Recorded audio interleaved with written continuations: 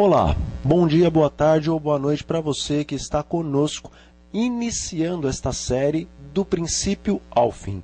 Nós estaremos tratando nesta série os assuntos concernentes ao grande conflito entre Cristo e Satanás, entre os anjos de Deus e os anjos do inimigo de Deus. Neste momento eu convido você a tomar em suas mãos a palavra de Deus, as Santas Escrituras, pois estaremos falando aqui de alguns textos, alguns versículos da palavra de Deus, e que você esteja confirmando em sua Bíblia as coisas que aqui eu estarei dizendo, para que então você possa também conhecer a verdade e ser por esta maravilhosa verdade, que é a palavra de Deus, liberto. Então, convido você a partir de agora, prestar atenção em cada uma dessas palavras, para que então possa compreender esta grande, tremenda, maravilhosa, também espetacular história do grande conflito entre as trevas e a luz. E que após você receber este conhecimento da parte do Espírito Santo, que você possa também começar a compartilhar essas verdades com outras pessoas. Primeiramente com os de sua casa, depois com os seus vizinhos, quem sabe com as pessoas de sua igreja. Que, tal como Jesus, quando ele estava ali com aquela mulher junto ao tanque de Jacó, e após ela receber da água da vida, a qual o Senhor Jesus estava trazendo para ela, e logo então ela foi contar para os seus conhecidos a respeito daquele que tinha esta água vinda dos céus para oferecer a todos aqueles que nele crescem, que você também possa ser, que eu também possa ser tal como esta mulher. Após recebermos da água da vida, após recebermos o dom do Espírito Santo, o qual nos move a sermos missionários para Deus, a fim de ganharmos almas para o seu reino eterno. Após recebermos dessas verdades, nós então venhamos a compartilhar essas verdades. Pois o Senhor, Ele diz que todo aquele que beber da água que Ele lhe der, este se tornará uma fonte a jorrar para a vida eterna. Que a partir de hoje, esta seja a tua e a minha realidade. Sejamos como fontes para Deus, a fim de jorrarmos, ou a fim de jorrar do nosso interior a água da vida, a fim de saciar a sede daqueles que, por toda a extensão deste país e do mundo também, estão sedentos desta água que vem diretamente do trono de Deus, a água a qual é Cristo Jesus, o nosso Senhor e o nosso Salvador. Bom, nesse primeiro estudo nós trataremos da queda de Lúcifer. Um assunto que está na palavra de Deus, todavia está um pouquinho ali, um pouquinho acolá, em Gênesis, no Apocalipse, em Isaías, em Ezequiel. Bom, a palavra de Deus, ela é assim.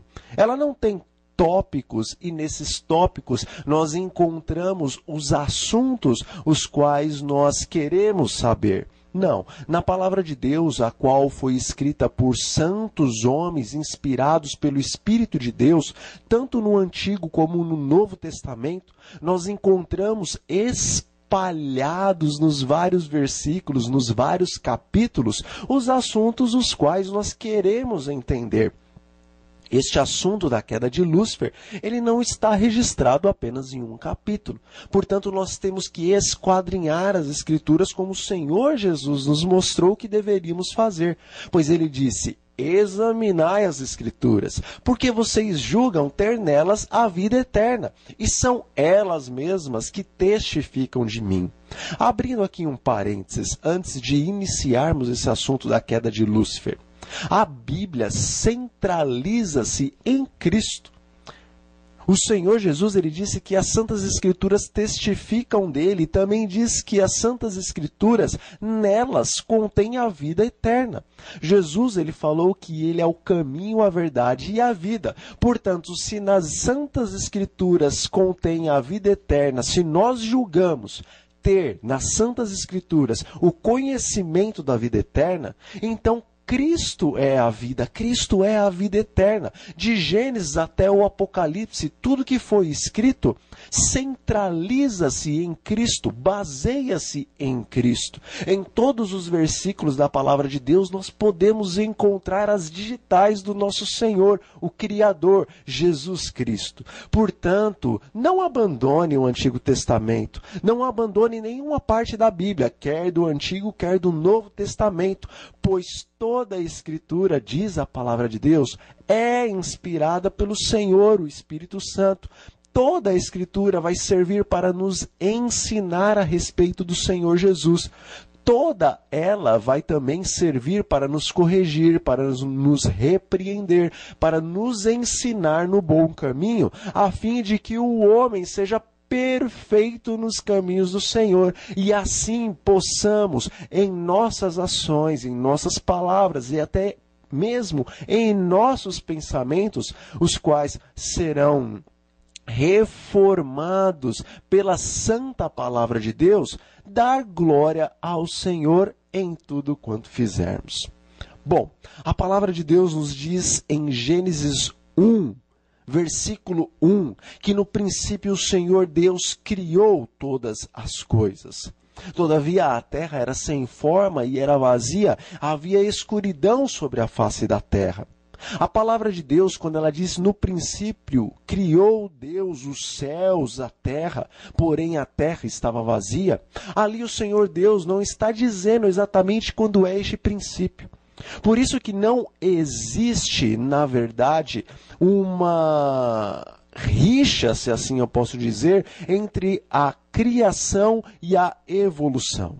Ou nós aceitamos a criação ou nós aceitamos a evolução. Para os cristãos, não há como unirem essas duas coisas, a criação e a evolução. Ou eles aceitam uma, ou eles aceitam outra.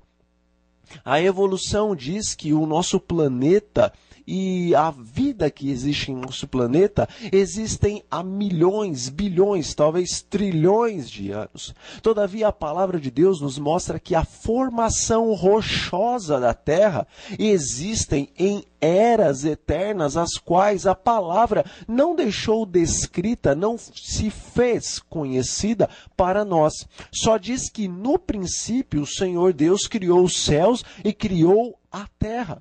A formação rochosa do planeta, o qual nós vivemos, pode ter sido feita há bilhões, trilhões, quadrilhões de anos. Isto está escondido. A palavra de Deus nos diz que aquilo que nos é apresentado, que nos é esclarecido, pertence ao homem. Mas aquilo que está escondido, que não foi explicado, que não foi esclarecido, pertence a Deus.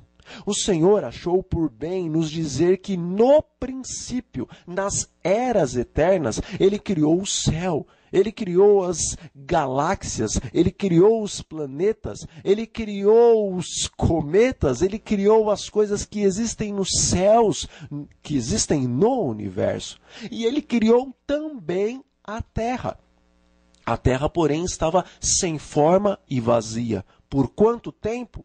Não sei. Apenas nos céus nós teremos esta resposta. Mas a verdade é que em algum momento o Senhor Deus veio a esta terra para criar a vida nela. E quando o Senhor veio para criar a vida nesta terra, a qual nós entendemos que por volta de 6.000 anos a vida existe aqui, porque num estudo profundo da palavra de Deus e da história, nós chegamos à conclusão de que por cerca de 6.000 anos existe a vida na Terra. Nós, estudando o Antigo e o Novo Testamento e a história, vamos concluir que de Adão até Cristo, por volta de 4.000 anos se passaram.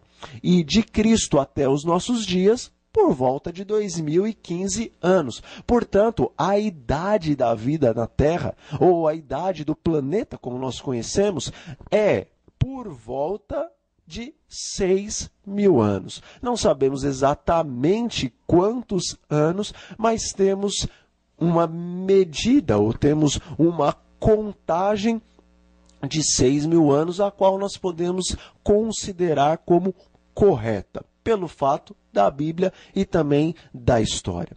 Mas a verdade é que no livro de Jó, no capítulo 38, nos versículos 4 e 7, ali o Senhor Deus discutindo com Jó, conversando, na verdade, com Jó, que estava um pouco revoltado com as coisas que estavam acontecendo com ele, pelo fato de que ele não sabia por que ele estava enfrentando tantas provas.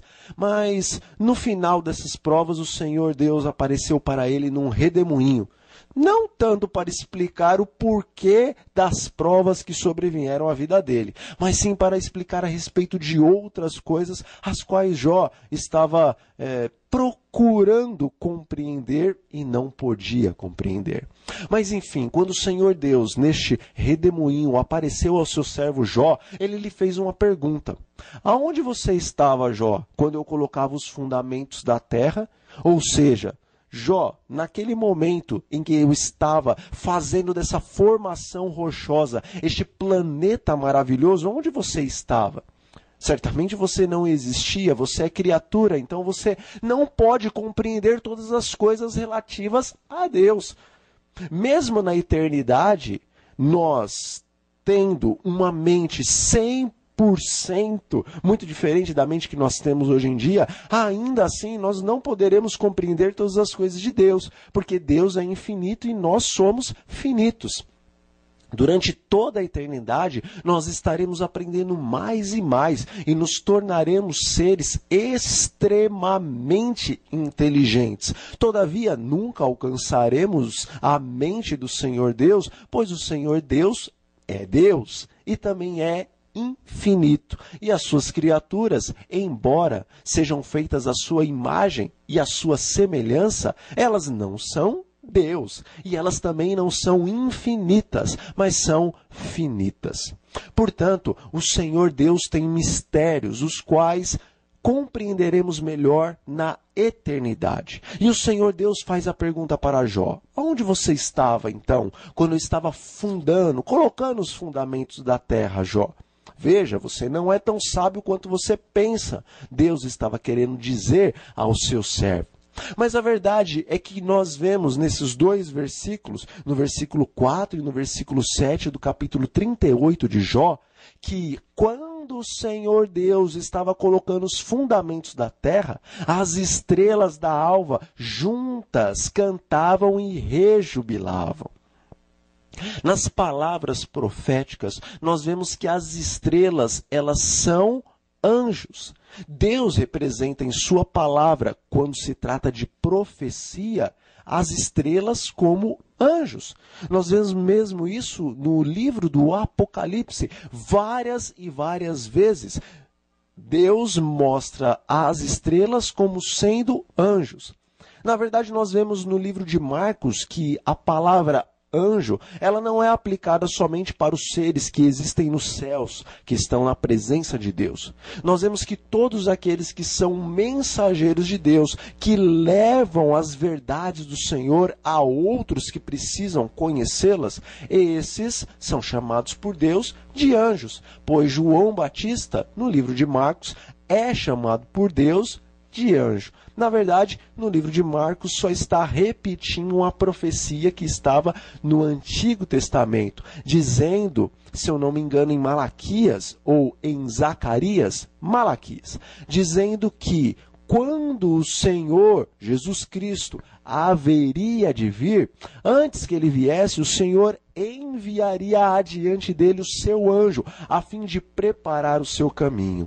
Essas palavras se referem a João Batista. Portanto, João Batista é visto na palavra de Deus como um anjo, como um mensageiro do Senhor.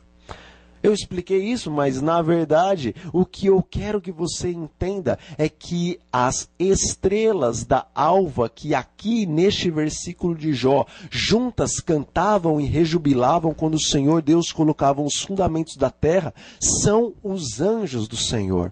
Portanto, antes que o Senhor Deus fizesse o homem, antes que o Senhor Deus formasse o homem à sua imagem, à sua semelhança, os anjos que estão na presença de Deus Deus nos céus dos céus, eles já existiam e davam o seu louvor a Deus. E eles, naquele dia, o qual o Senhor estava fundando esta terra, eles estavam cantando, rejubilando, dando o seu louvor, porque o Senhor Deus Criador estava agora, mais uma vez, exercendo o seu maravilhoso poder criador. Criou a natureza, mas também criou os homens, para que os homens então pudessem dominar sobre a criação a qual Deus fizera. Bom, mas a palavra de Deus, ela mostra então a respeito da queda de Lúcifer. Lúcifer era uma dessas estrelas da alva. Lúcifer era o anjo, o qual nós vemos na palavra de Deus que ele era o sinete da perfeição. A palavra de Deus nos fala que Lúcifer era o sinete da perfeição, ou então o aferidor da medida. E o que isso significa? Isso significa que Lúcifer foi feito o ser criado por Deus, mais inteligente e mais belo de todo o universo. Abaixo do Senhor Deus, todos os seres criados poderiam olhar para Lúcifer e dizer: este é perfeito, perfeito em beleza, perfeito no cumprimento da lei do Senhor, perfeito em todas as coisas. O Senhor Deus fez Lúcifer o mais próximo possível de sua imagem, de sua semelhança, do seu caráter. Se assim podemos dizer, abaixo do Pai, do Filho e do Espírito Santo, Lúcifer era a quarta maior mente. Lúcifer era o quarto maior ser, não apenas no céu, mas em todo o universo, pois o céu é o centro do universo de Deus. E Lúcifer estava ali, ele foi estabelecido, segundo a palavra de Deus, como o querubim ungido. Vemos nas Santas Escrituras, no livro de Ezequiel, no capítulo 28, versículos 14 e 15, que Lúcifer foi ungido um querubim para Deus. Ou o Senhor Deus o ungiu como querubim. Está escrito assim na palavra do Senhor: tu eras o querubim ungido para cobrir, e te estabeleci. No monte santo de Deus estavas, no meio das pedras afogueadas andavas. Perfeito eras nos teus caminhos desde o dia que foste criado, até que se achou iniquidade em ti. Lúcifer foi criado por Deus. Vamos entender que Lúcifer era um grande e perfeito serafim, um ser de 6 asas, maravilhoso, uma classe especial de anjos nos céus. E Deus o tomou para o ungir como querubim, querubim cobridor. Vemos no livro do Apocalipse, no capítulo 4, no versículo 6, que existe uma hierarquia perfeita nos altos céus. O Senhor Deus triuno, Pai, Filho e Espírito Santo, estão assentados no trono da glória. Abaixo do assento de Deus, ainda neste alto e sublime trono, estão ali os querubins do Senhor. Em Isaías, no capítulo 6, no versículo 2, nós vemos que estes querubins, esses guardas reais, os quais o Senhor Deus, para Ele mesmo, constituiu. No livro de Isaías, capítulo 6, versículo 2, como eu disse, eles são chamados de serafins. Serafins, como eu já expliquei, é uma classe especial de anjos. São os seres mais belos e poderosos criados por Deus.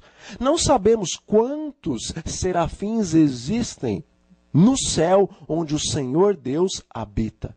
Mas a palavra de Deus no livro do Apocalipse nos deixa claro que 4 destes serafins foram escolhidos por Deus para serem ungidos como seus guardas reais. E o nome dessa guarda real é querubim. Nós vemos que Lúcifer, ele era o querubim ungido. Ele era perfeito em todos os seus caminhos, desde que ele foi criado, até que se achou iniquidade em seu coração. E se ele era o aferidor da medida, ou o sinete da perfeição, entre estes 4 querubins, ele era então o que mais se destacava. Mas infelizmente nasceu o pecado no coração de Lúcifer. Como isto aconteceu? Bom, a palavra de Deus não explica, porque a palavra de Deus ela não dá explicação para o pecado. Ela mostra o que é o pecado, que é a transgressão da lei de Deus, mas ela não explica o pecado, porque o pecado é uma loucura.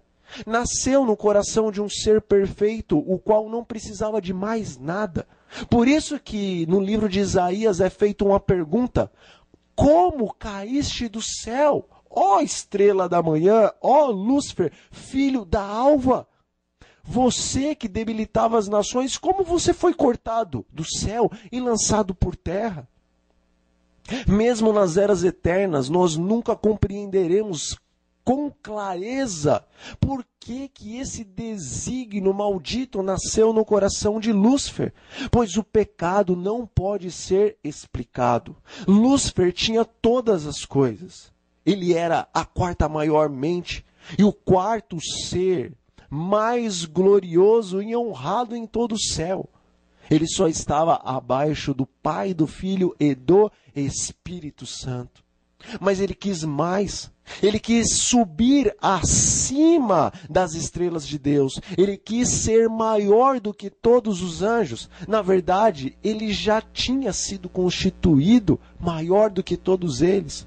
Mas ele também queria se assentar em um alto e sublime trono, semelhantemente ao trono o qual o Senhor Deus triuno se assentava.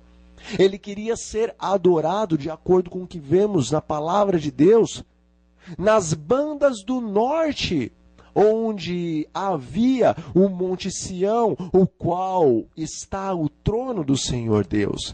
Ele queria ali nos céus erigir um outro trono. Então os anjos poderiam estar agora adorando a ele. Um ser criado, uma criatura.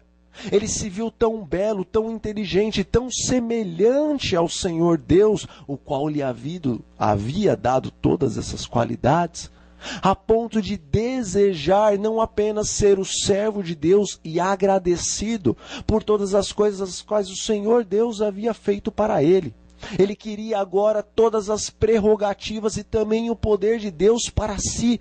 Ele almejou não apenas ser igual a Deus, mas ser Deus. O Senhor Deus o criou perfeito, a fim de que pudesse dar o seu amor a este seu ser, e este ser pudesse então, em adoração, em louvor, em gratidão, devolver as bênçãos amorosas as quais o Senhor dava para ele. Não devia Lúcifer ser o ser mais agradecido em toda a face do universo? Não foi ele constituído o querubim ungido e não era ele o sinete da perfeição?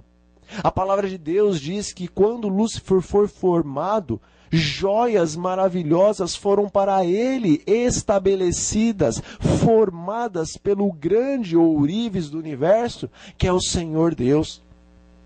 A palavra do Senhor nos diz que Lúcifer era coberto de joias e de pedras preciosas e que ele andava no meio das pedras afogueadas. Entendemos no livro do Apocalipse, no capítulo 4, que essas pedras afogueadas são símbolo do Pai, do Filho e do Espírito Santo também, além de ser símbolo do trono de Deus, que por si só é uma joia preciosíssima.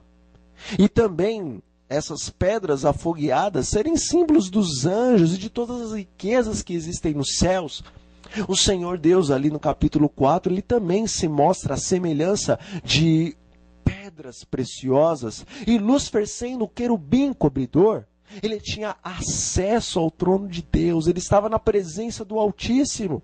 A glória do Eterno repousava sobre a face deste querubim.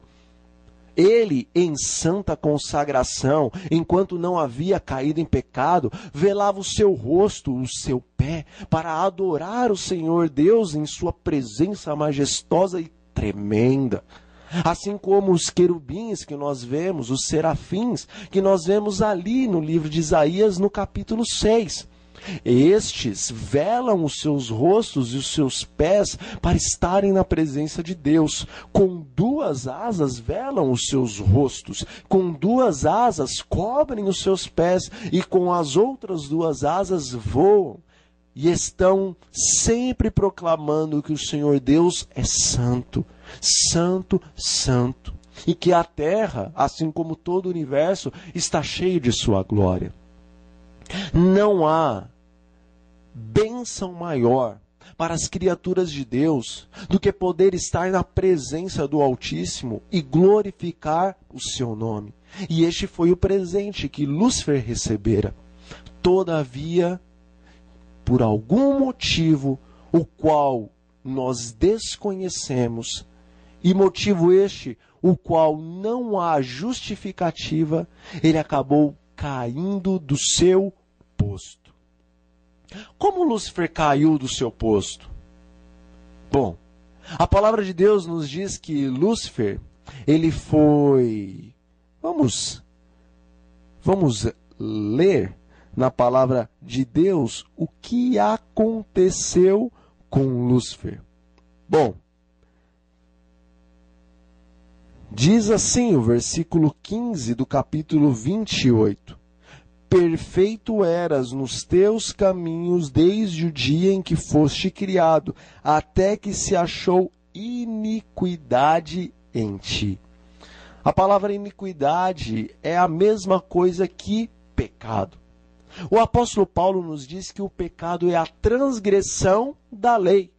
Portanto, se iniquidade é pecado e pecado é a transgressão da lei, então Lúcifer, para cair do seu posto e se tornar Satanás, ele teve que transgredir a lei. Porque se ele não transgredisse a lei, ele não teria pecado. Nós vemos na palavra de Deus, no livro de Romanos, que se não existisse a lei, não existiria pecado. Portanto, se na eternidade não existisse a lei, Lúcifer nunca teria se tornado pecador.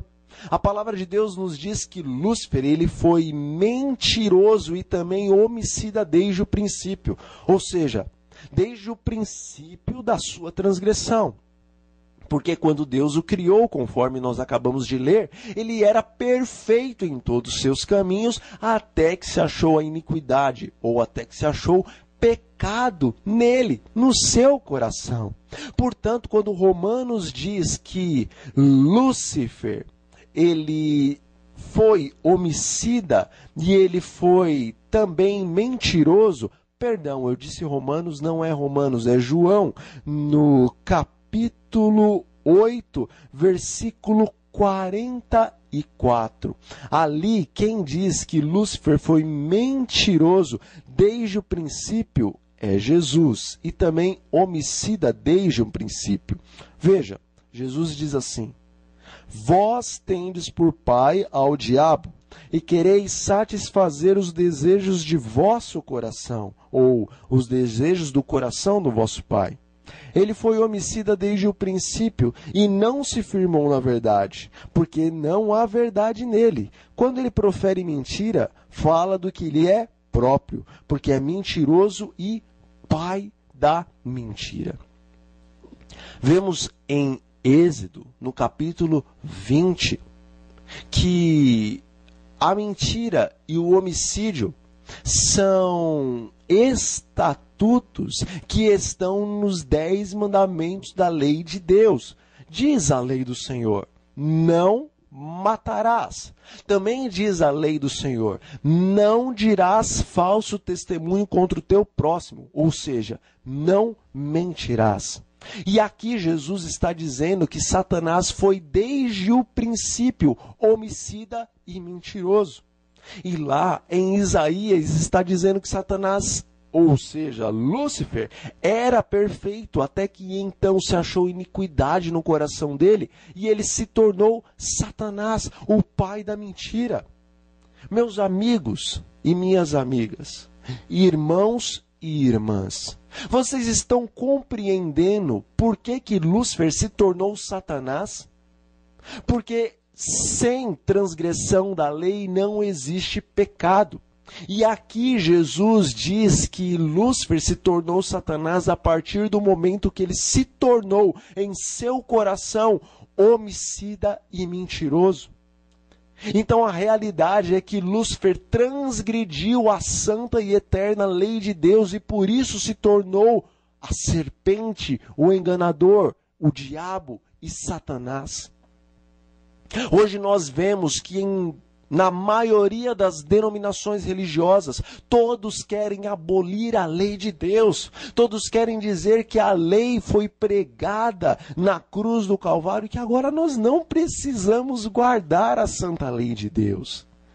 Veja que o motivo pelo qual Satanás foi expulso do céu, o motivo pelo qual ele caiu de sua posição de querubim, ou seja, guarda ungido a fim de cobrir a lei de Deus, o motivo pelo qual ele caiu dessa posição foi justamente a transgressão da lei e a rejeição da lei do Senhor. Na eternidade, a lei do Senhor, os 10 mandamentos já existiam, porque a palavra de Deus no Salmo 119 nos diz que a justiça do Senhor é eterna. Não se pode haver justiça se não há lei.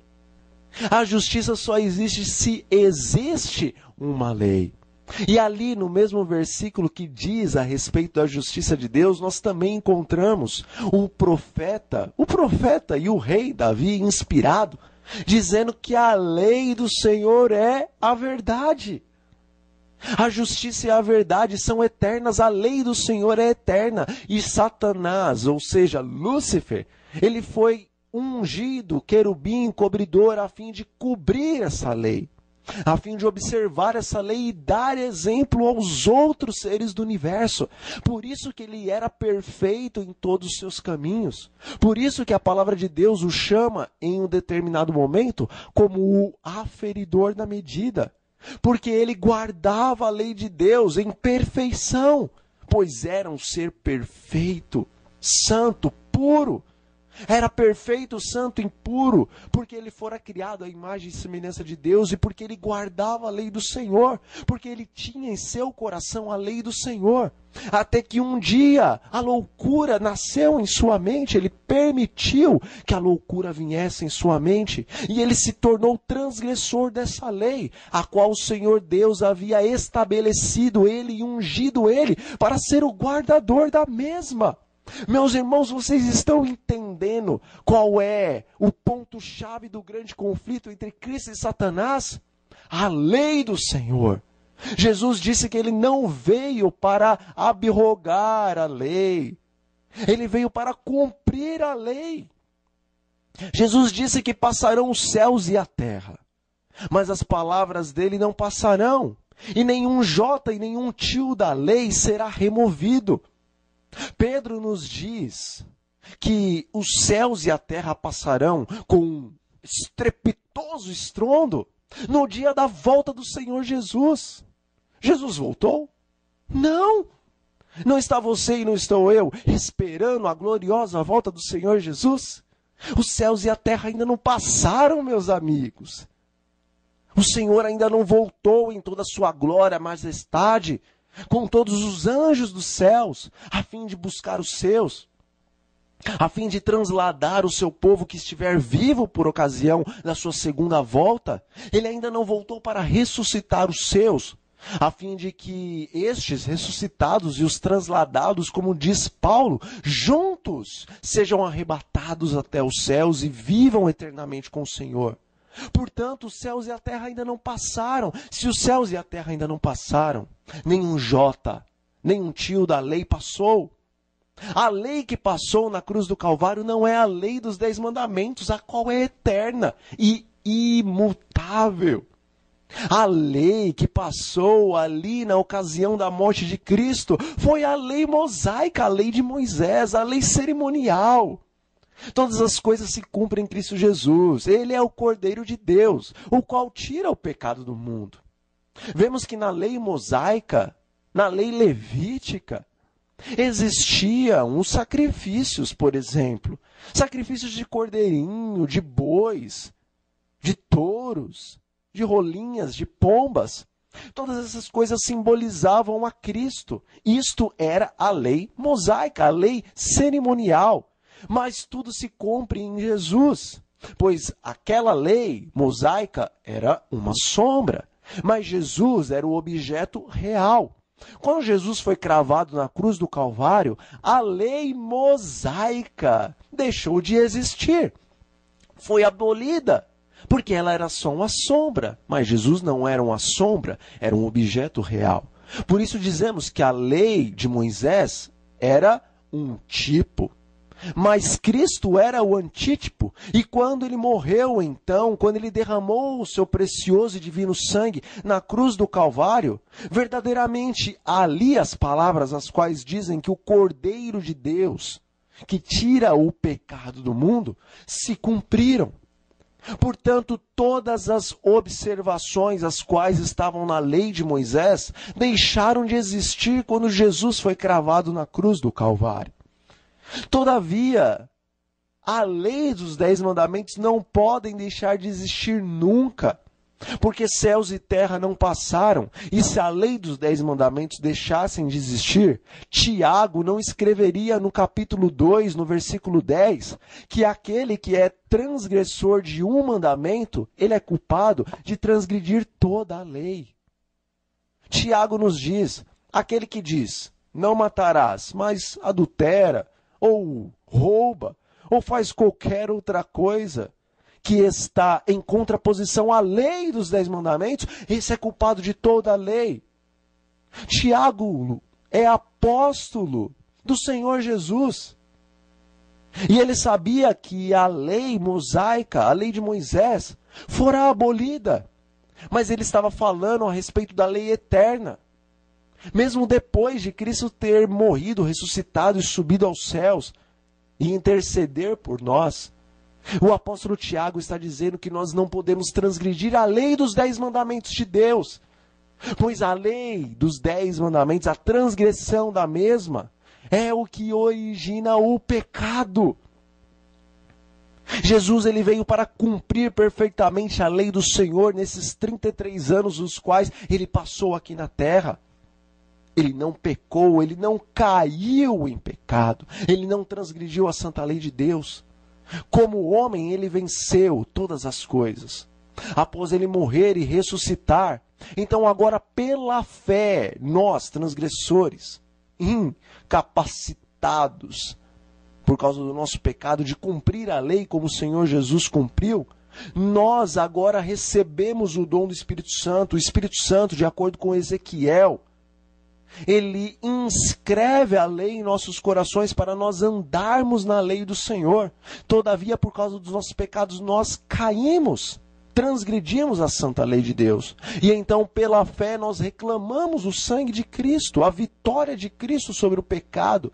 E então o Senhor completa a nossa justiça em Cristo Jesus, a qual nós não podemos alcançar.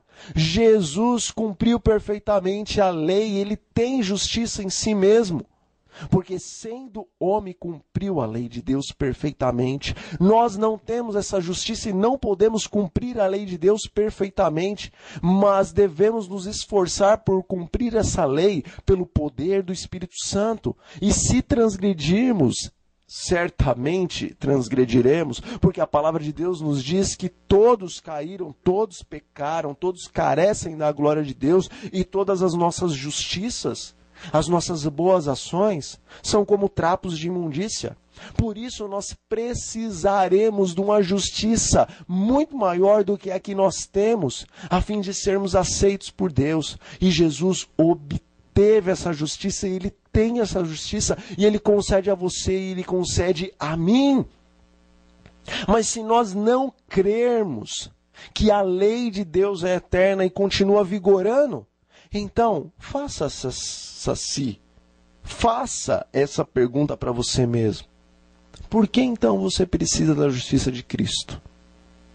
Se a lei de Deus, a lei eterna nos 10 mandamentos, se ela foi destruída na cruz do Calvário, então você já parou para pensar que você não necessita da justiça de Cristo?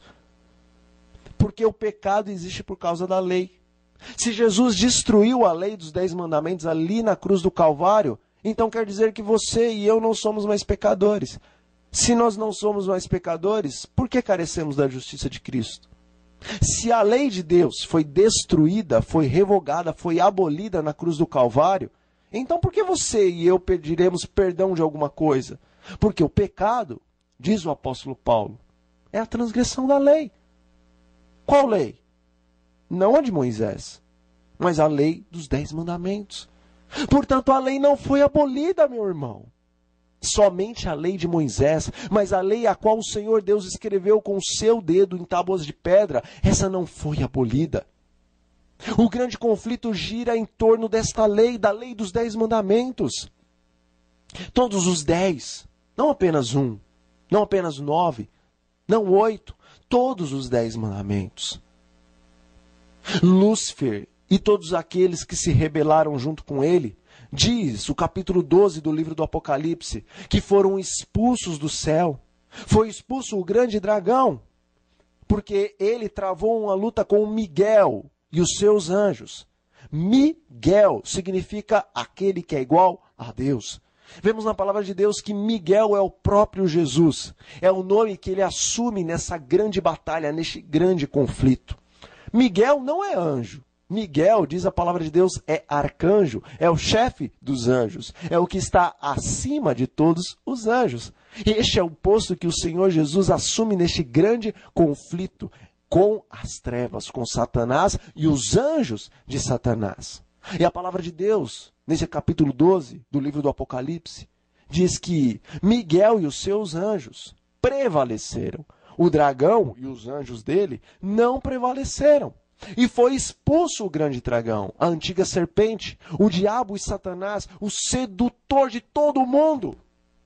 Ele foi lançado por terra, e com ele os seus anjos. E no céu não mais se achou o lugar deles.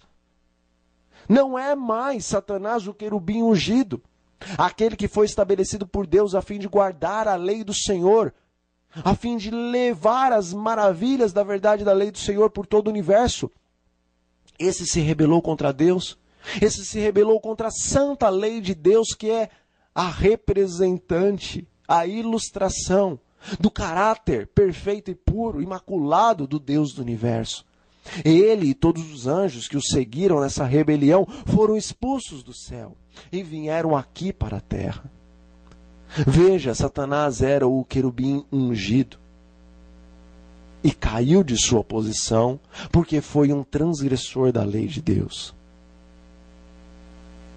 Nós não estamos nos colocando em uma posição semelhante à do anjo caído, quando dizemos que a lei do Senhor, a qual é eterna, foi abolida. Meus irmãos, nesses últimos dias da história do universo, o grande conflito vai girar em torno da lei do Senhor Deus. Nós vamos compreender no decorrer destes estudos que haverá uma determinada marca, haverá um determinado selo, a marca da besta e o selo de Deus. Nós vamos compreender o que a marca da besta quer dizer. O que é a marca da besta? Vamos compreender o que é o selo de Deus. E vamos constatar que a marca da besta e o selo de Deus estão diretamente ligados à lei do Senhor Deus e à lei de Satanás, a qual é em contraposição à lei de Deus. Diz a palavra do Senhor, ainda no livro de Apocalipse, no capítulo 12, no versículo 12. Por isso alegrai-vos, ó céus, e vós que neles habitais. Ai dos que habitam na terra e também no mar, porque o diabo desceu a vós e tem grande ira, sabendo que já tem pouco tempo. O grande conflito nos céus acabou. Satanás e os seus anjos não mais estão ali para acusar a Deus e para dizer que a sua lei foi invalidada. Eles foram expulsos. A rebelião não mais está nos céus. Os céus agora louva e engrandece o nome de Deus porque expulsou o anjo rebelde, expulsou o serafim, o querubim ungido, o qual se revoltou contra a lei de Deus, que é a ilustração do caráter santo e perfeito do Senhor. Mas agora, ai da terra, porque Satanás e os seus anjos desceram com grande ira, a fim de destruir os filhos do Senhor, o qual ele criou à sua imagem e à sua semelhança. Lúcifer caiu. O homem, infelizmente, tal como os demônios, também caiu. Contudo, bendito seja o Senhor, o nosso Deus, que não permitiu que recebêssemos o que nós merecemos. Porque está escrito na palavra de Deus que o salário do pecado, ou seja, o salário da transgressão da lei do Senhor Deus, é a morte, e a morte eterna. Todavia, em Cristo Jesus, nós temos gratuitamente a vida eterna. Portanto, há um meio para você e há um meio para mim. Provavelmente havia um meio para Lúcifer e para os seus anjos, mas eles rejeitaram. E agora, eles serão destruídos eternamente, diz a palavra do Senhor Deus. Todavia, a palavra de Deus diz que o fogo eterno foi preparado para Lúcifer e para os seus anjos, mas não foi preparado para você e não foi preparado para mim. Existe um meio de escape, e este meio se chama Jesus Cristo. Vitória tua, vitória minha, libertação nossa. Aceite a Jesus. Aceite o convite que Ele lhe faz hoje, neste dia, por intermédio deste servo, por intermédio dessas palavras. Ele diz: vinde a mim, vocês que estão cansados e sobrecarregados, e eu vos aliviarei. O nosso peso é o peso do pecado, o qual cai sobre as nossas costas, e nós não podemos carregar este fardo. Mas se nós nos dirigimos até Cristo e aceitamos a sua oferta, que é alívio nele mesmo, se nós aceitamos a sua vida eterna, a sua paz, o seu Espírito Santo, então, diferentemente de Lúcifer e de seus anjos, que se tornaram Satanás e os demônios, não seremos destruídos no fogo eterno. Pelo contrário, a palavra de Deus nos diz que nós seremos feitos por Deus sacerdotes e reis, para estarmos eternamente na presença do Senhor. Satanás e os anjos que se rebelaram com ele contra a lei de Deus foram expulsos do céu, e não mais se achou o seu lugar nos céus dos céus. Mas a palavra de Deus nos diz que todo aquele que crer em Jesus, este será salvo e será feito sacerdote e rei no paraíso de Deus. O céu será repovoado. O Senhor Deus não criará novos anjos para ocupar o lugar de Satanás e dos anjos que caíram com ele. Este lugar é teu, esse lugar é meu. Há espaço para nós. Há um vácuo no céu, o qual será preenchido com a presença dos homens, os quais o Senhor Deus criou à sua imagem e semelhança, e por causa do pecado se degradaram. Todavia, dentro em breve, meus amigos, muito em breve, o Senhor Jesus retornará a esta terra, a fim de fazer com que aonde o pecado abundou, superabunde a graça. Seremos os seres mais exaltados nos céus, mas não com pecado, Seremos semelhantes a como Lúcifer um dia foi. Sinetes da perfeição, a fim de glorificarmos o nome de Deus. Existe um lugar no paraíso do Senhor te esperando e me esperando. Não rejeite a oferta. Não seja louco como Lúcifer e os anjos que caíram com ele. Porque o salário do pecado é a morte eterna, é a desgraça, é as trevas. Você acha que Lúcifer e os seus demônios são felizes? De jeito nenhum. São seres extremamente infelizes. Só não se arrepende do que fizeram, porque o Espírito Santo foi retirado deles. E aonde não há Espírito Santo não pode haver arrependimento. Mas para você e para mim há oportunidade. Aceite o convite de Cristo. Convido você agora a fechar os seus olhos, a baixar a sua cabeça, para nós falarmos com Deus em oração. Oremos ao nosso Deus. Senhor nosso Deus e nosso Pai, obrigado pela sua santa palavra, pela sua santa escritura, a qual nos conta como iniciou esse grande conflito entre a verdade e o erro. Pai Santo, nós lhe pedimos que o Senhor, em nome de Jesus, venha inscrever a lei de Deus em nossos corações. Essa lei a qual Satanás e os seus anjos transgrediram aí no céu e que os homens também transgrediram e continuam a transgredir, que o Senhor venha a estabelecê-la em nossos corações de maneira que não pequemos contra Ti. Todavia, se pecarmos, nós lhe pedimos que em Cristo o Senhor nos perdoe e nos conceda a justiça do Senhor Jesus. É em nome de Jesus que nós oramos a Ti e nós lhe agradecemos. Amém, Senhor. Pois bem, foi um prazer estar com você, meu amigo e minha amiga, neste primeiro estudo dessa série do princípio ao fim. Não perca os demais estudos. Muitas coisas o Senhor Deus quer lhe dizer e nos ensinar. Que a graça de Deus, que o poder do Espírito esteja sobre a sua vida e a vida dos seus familiares, é o meu desejo e oração. Amém.